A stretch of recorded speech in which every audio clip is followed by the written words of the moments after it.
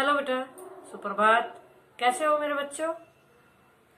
बच्चों, आपने चैप्टर पढ़ लिया था कौन सा? सियाचिन का हीरो बिल कुमार आपने पढ़ लिया था।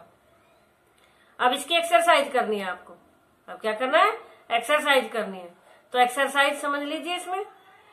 तो इसका पहला क्वेश्चन आता है लिखित का, जो एक शब्द में उत्तर देना है। जो एक शब्द में उत्तर देना है, ये हमें करने हैं। तो बताइए जल्दी जल्दी जल्दी से अपनी बुक उठा लाओ। एक तो जल्दी से बुक और पेंसिल अपनी लेकर रखें, कॉपी भी साथ में ले लें, ताकि इसको अच्छे से साथ साथ आप लिखते रहें। हो सकता है कुछ नोटबुक में भी लिखना पड़ जाए, क्योंकि कुछ एक्सरसाइज ऐसी है जो कॉपी में लिखनी है और कुछ एक्सरसाइज ऐसी है कि जो बुक में ही फिल करनी है। तो बेटा बुक और नोटबुक और पेंसिल जल्दी से ले आए और जल्दी से अपना पढ़िए। तो पहला, नरेंद्र कुमार का जन्म कहाँ हुआ? अब नरेंद्र कुमार कौन से? जो बुल कुमार है। जो कौन से हैं? बुल कुमार हैं। तो उनका जन्म कहाँ हुआ था? उनका जन्म हुआ था रावलपिंडी। कहाँ हुआ था? उत्तर इसका क्या है? इसका उत्तर है रावलपिंडी।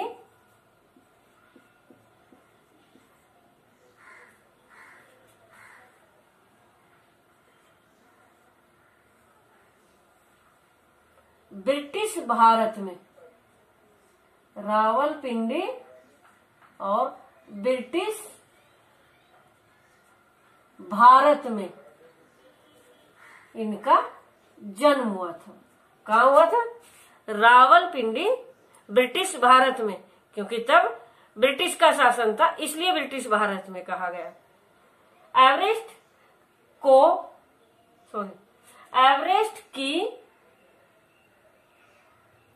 एवरेस्ट की चोटी पर चढ़ने वाले प्रथम व्यक्ति हैं। एवरेस्ट की चोटी पर चढ़ने वाले प्रथम व्यक्ति कौन है? वो है तेनजिंग नोर्गे। कौन है? इसका आंसर है तेनजिंग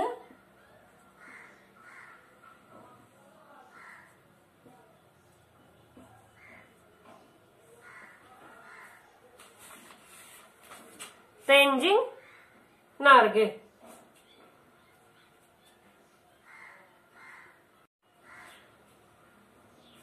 तो कौन है? तेनजिंग नोर्गे। इसके बाद है, भारत का सर्वोच्च नागरिक पुरस्कार कौन सा है? जो सर्वोच्च नागरिक पुरस्कार है, तो वो कौन सा है? तो कौन सा है वो है हमारा पद्मश्री। कौन सा है?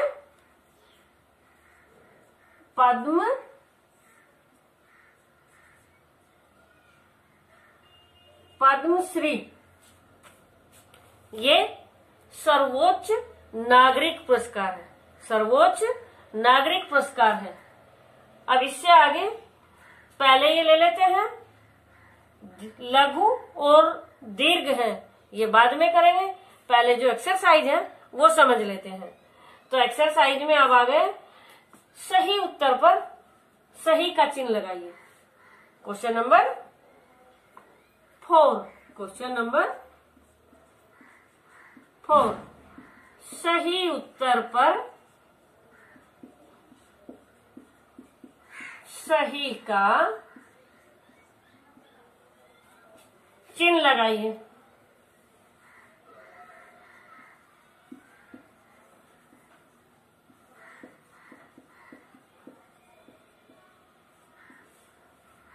तो पहला है पाकिस्तान।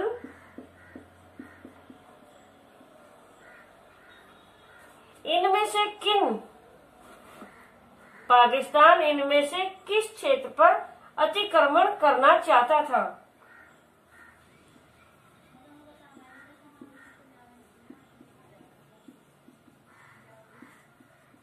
किस क्षेत्र पर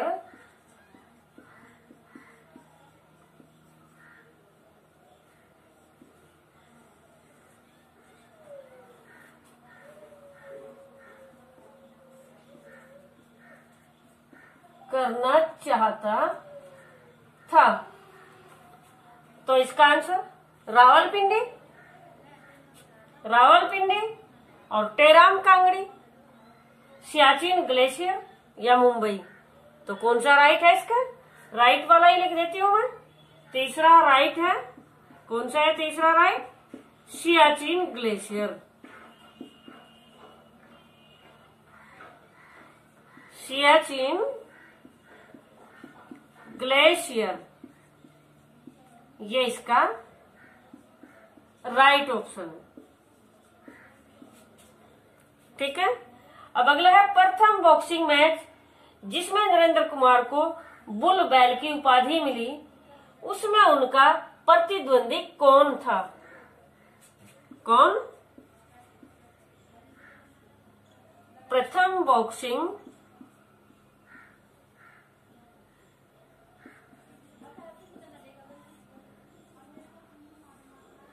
क्योंकि कुछ बच्चों के पास बुक नहीं होगी इसलिए मैं लिख रही हूं, तो बेटा देख लीजिए अच्छे से, उतार लीजिए। बॉक्सिंग मैच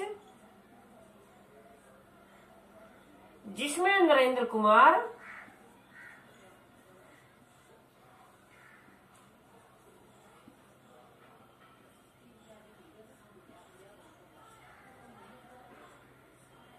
को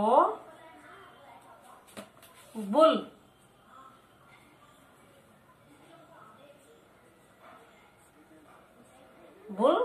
यानी बैल की उपाधि मिली।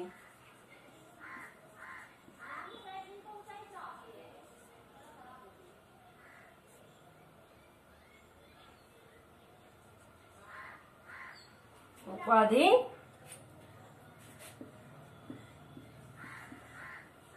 मिली, उसमें उसका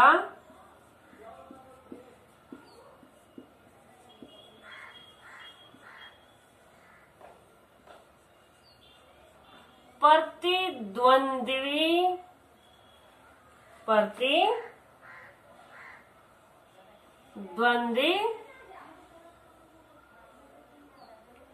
कौन था?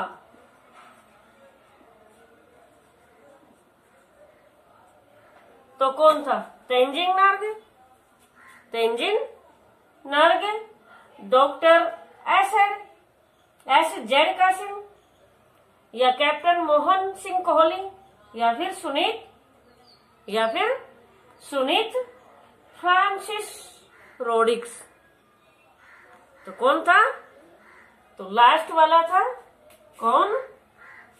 जो fourth, Sunit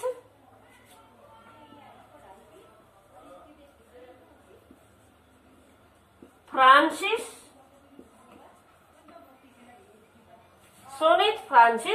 Rodrigues.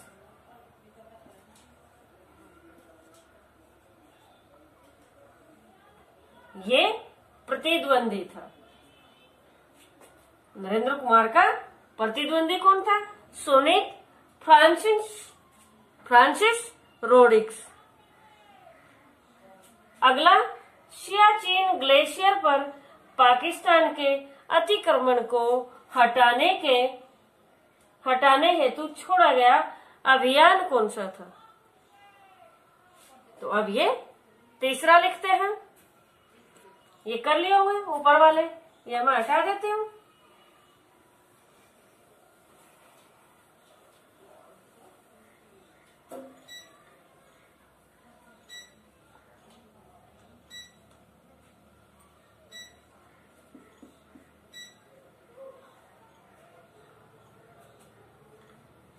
Siachen glacier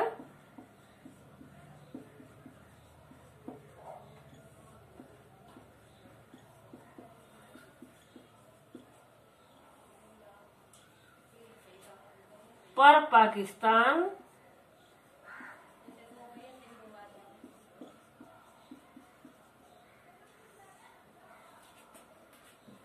के अतिक्रमण के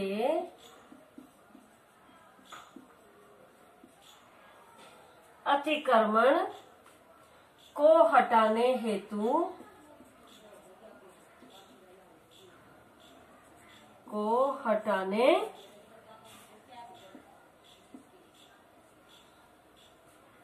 हटाने हेतु छोड़ा गया अभियान।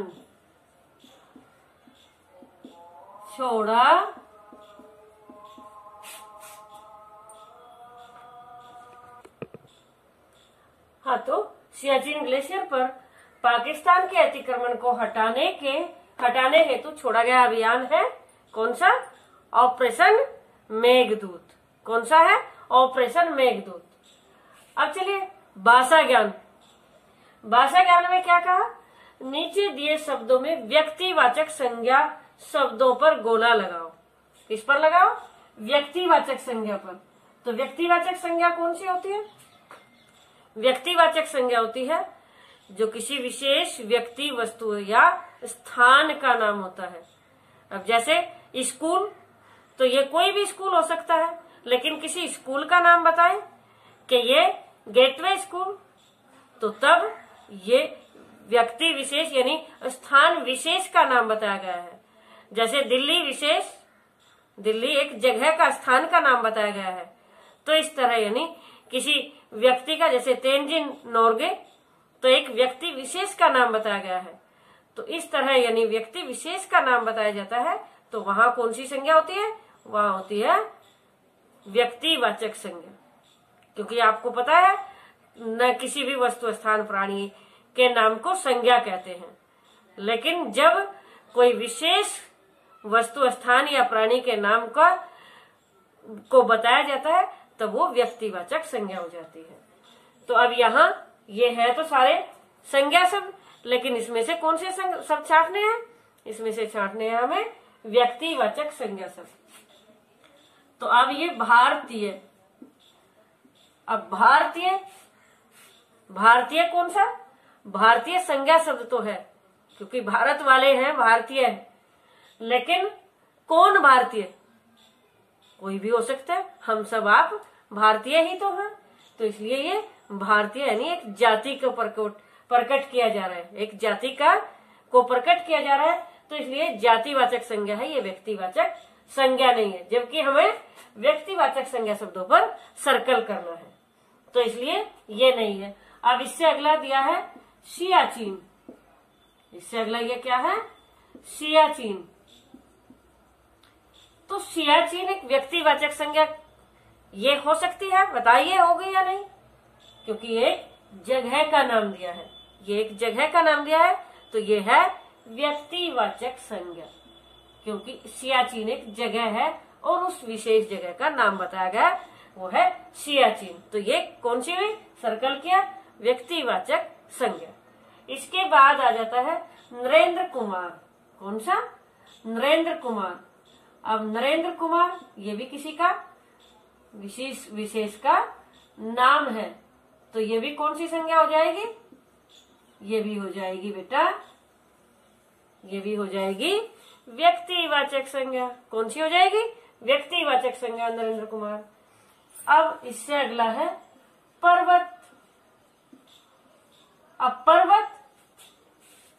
पर्वत तो बहुत सारे पर्वत होते हैं, किसी का नाम आल्पस, किसी का हिमालय, किसी का एवरेस्ट, तो बहुत सारे पर्वत हैं। तो इसलिए ये पर्वत एक जाति को प्रकट करते हैं, तो ये जातिवाचक संज्ञा है, व्यक्तिवाचक संज्ञा नहीं है। तो ये सर्कल नहीं लगाएंगे। अब स्वतंत्रता,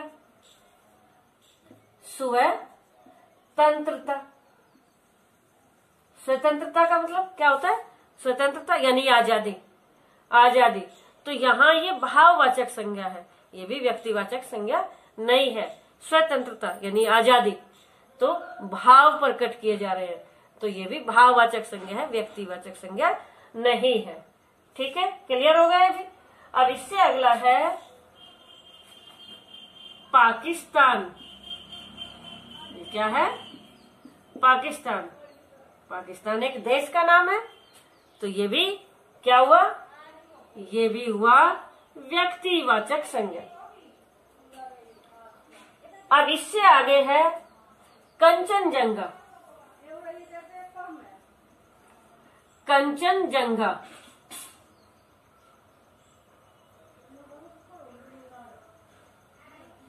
कंचनजंगा, कंचनजंगा एक जगह का नाम, एक पर्वत का नाम है कंचनजंगा। तो ये भी क्या है, ये भी है, ये भी क्या है, ये भी है व्यक्तिवाचक संज्ञा। अब नुबा, अब ये है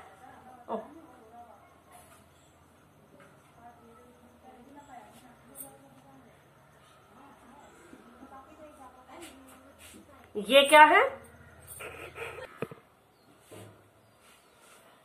तो नुब्रा, नुब्रा एक घाटी का नाम है, तो ये भी व्यक्तिवाचक संज्ञा है।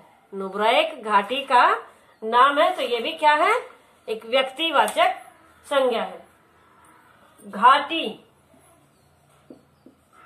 अब घाटी तो कोई भी हो सकती है, तो ये घाटी जातिवाचक में होता है।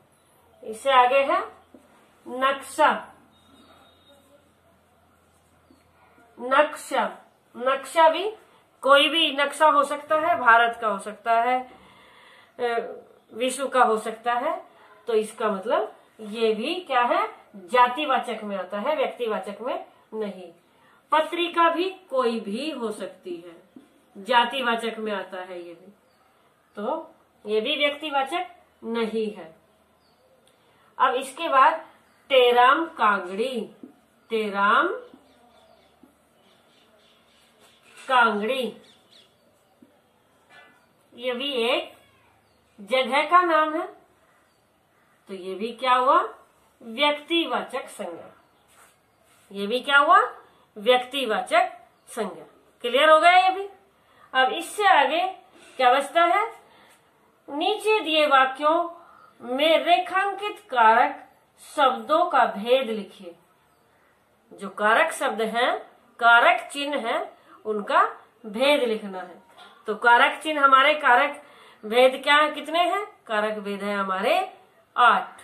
कितने भेद हैं, 8 है। 8 कौन कौन से, कर्ता कारक, कर्ता कारक का चिन्ह ने, कर्ता कारक का चिन्ह ने है, कर्म कारक का चिन्ह को है, और करण का चिन्ह से के द्वारा, संपर्दा का चिन्ह है के लिए, जो किसी को वस्तु दी जाती है, तो के लिए या को भी हो सकता है, जो देने अर्थ में प्रयोग होता है, वो होता है कौन सा, संप्रदान कारक। प्रदान यानी जो प्रदान की जाती है वस्तु, जो प्रदान की जाती है, दी जाती है वस्तु, तो देने के लिए, तो वहां आता है के लिए संप्रदान कारक।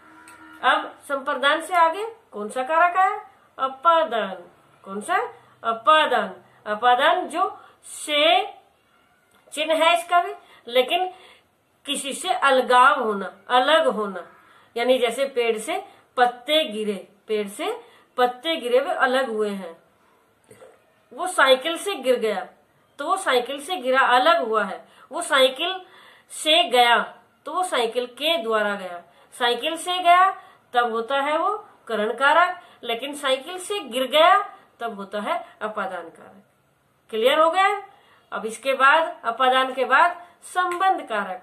संबंध कारक जिसमें का के की आता है। संबंध कारक में क्या आता है, का के की चिन्ह जो आते हैं, उसका, उसका भाई, उसकी बहन, उसके परिजन, तो ये उसका, उसकी, या मेरा, मेरी, मेरे, या फिर अपना, अपनी, अपने अगर आता है तो वहां संबंध कारक होता है। अधिकरण कारक का चिन्ह होता है में, पर। अधिकरण का क्या चिन्ह होता है, में या पर।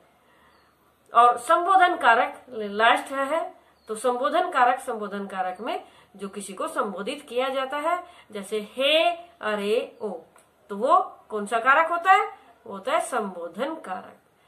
कारक हमेशा बेटा कर्म से याद करने होते हैं, कारक हमेशा कर्म से याद करने होते हैं। कोई और भेद है, जैसे संज्ञा के भेद है, आप पहले जातिवाचक संज्ञा भी लिख सकते हो, पहले व्यक्तिवाचक संज्ञा या भाववाचक संज्ञा भी लिख सकते हो, लेकिन चिन्ह जो होते हैं, कारक चिन्ह होते हैं, इनको हमेशा कर्म से लिखना होता है, कर्म से ही याद करने होते हैं, कर्म से ही याद करने होते हैं और कर्म से ही लिखने होते हैं, क्योंकि इनको कारक चिन्हों को विभक्ति भी कहा गया है। और विभक्ति आपको पता है क्या होती है? विभक्तियां होती हैं जो संस्कृत में हम रूप लिखते हैं, तो उसमें प्रथमा विभक्ति, द्वितीय विभक्ति, तृतीय विभक्ति जो होती हैं, तो वो इन कारकों के कारण ही होती हैं। किसके कारण होती है? कारकों के कारण ही होती हैं। तो क्लियर हो गए कारक चिन्ह कैसे हैं। अब कारक चिन्ह आप यानी यहाँ क्या कहा गया? कारक चिन्हों को रेखांकित किया हुआ है, लेकिन उसके भेद लिखने हैं। रेखांकित चिन्हों को, जो रेखांकित चिन्ह है कारक के, उनके आपको क्या लिखने हैं? भेद लिखने हैं। तो ये क्लियर हो गया। ये सारे व्यक्तिवाचक संज्ञा क्लियर हो गई, ये ऊपर वाला भी। तो अब ये करते हैं।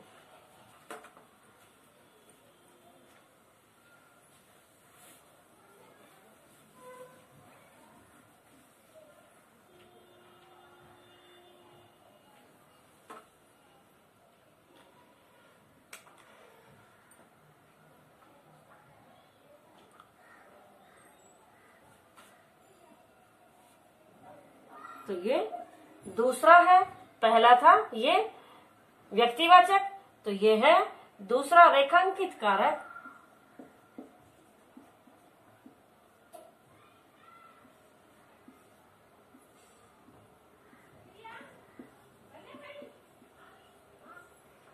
रेखांकित कारक शब्दों का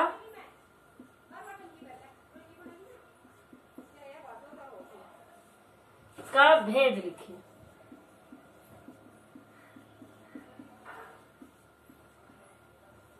रेखांकित कारक शब्दों का भेद लिखिए। तो पहला है, नरेंद्र कुमार ने 60 पर्वत श्रृंखलाएं पार की।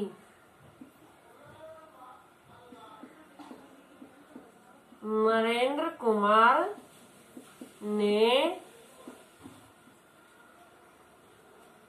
7 पर्वत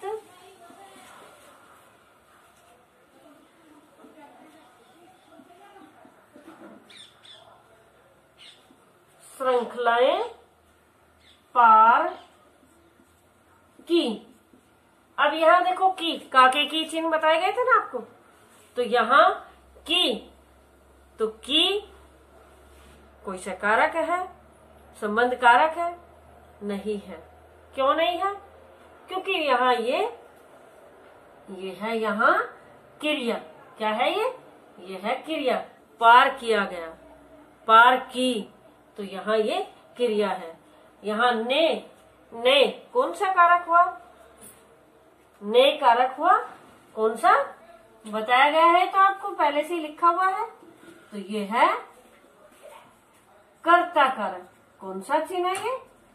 कर्ता कारक, क्योंकि कर्ता कारक का चिन्ह ने होता है। कर्ता कारक का चिन्ह क्या होता है? ने होता है। अब इससे अगला क्या है? तो इसमें की, क्योंकि वो तो है ही नहीं, वो तो पहले से क्रिया है। अब दूसरा है, नरेंद्र कुमार रावलपिंडी ब्रिटिश भारत में पैदा हुए थे। ब्रिटिश भारत में, मैं आधा ही लिखती हूँ ये, ब्रिटिश भारत में पैदा हुए थे। ब्रिटिश भारत में पैदा हुए थे। तो में अंडरलाइन है, तो में कौन सा चिन्ह, कौन सा कारक है? कौन सा कारक है? इसमें कारक है अधिकरण कारक। कौन सा कारक? अधिकरण कारक इसमें है। अधिकरण कारक इसमें है। क्लियर ये भी। अब इससे अगला है, टेराम कांगड़ी साक्ष गाम घाटी के दक्षिण किनारे पर स्थित है। तो घाटी के दक्षिण किनारे पर के दक्षिण किनारे पर। तो केवल के लिए पूछा गया है, केवल के रेखांकित शब्द तो यही है ना। तो रेखांकित शब्द किनारे पर स्थित है।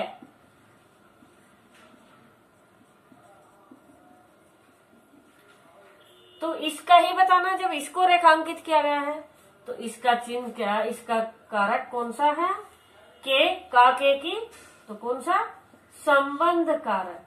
कौन सा कारक है, यहाँ है संबंध कारक।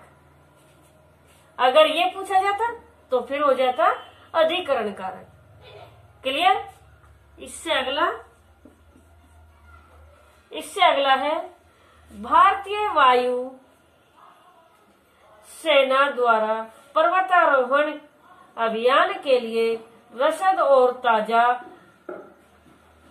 राशन की आपूर्ति को वो आपूर्ति की गई। क्या है ये है भारतीय वायु सेना द्वारा, भारतीय वायु सेना द्वारा, भारतीय वायुसेना द्वारा पर्वतारोहण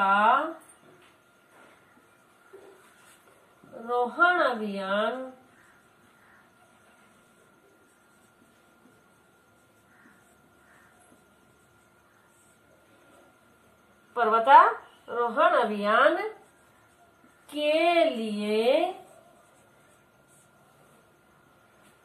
रसद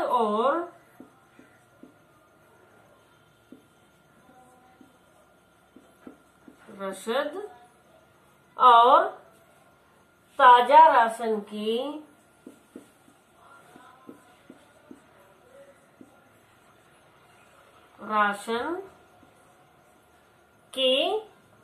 आपूर्ति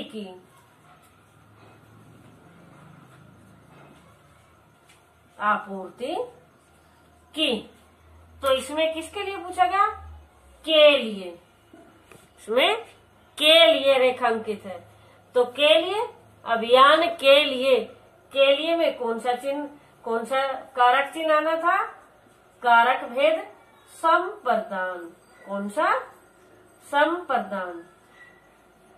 तो इसमें ये संबंध, इसमें अधिकरण और इसमें संप्रदान। अगर ये यहाँ राशन की आपूर्ति, राशन का आपूर्ति, तो यहाँ ये इन दोनों शब्दों